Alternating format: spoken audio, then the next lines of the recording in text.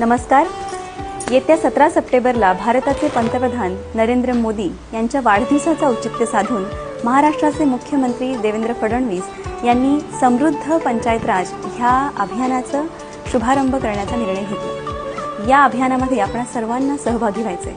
हे अभियान म्हणजे एक परीक्षाच आहे आणि या परीक्षेत उत्तीर्ण होण्याकरता आपण सर्वांना यामध्ये सहभागी व्हायचे. या अभियानात प्रथम क्रमांक मिळवणाऱ्या गावांना 5 कोटी रुपयांचं बक्षीस मुख्यमंत्री यांच्या हस्ते मिळणार आहे. या अभियानामध्ये आपल्याला दिव्यांग व्यक्ती, अंगणवाडी सेविका, आशा सेविका, गावातील सर्व बचत गट, गावातील सर्व नागरिक, युवक मंडळ, भजनी मंडळ या अशा सर्वांना आपल्याला त्याच्यामध्ये सहभागी करून घ्यायचे.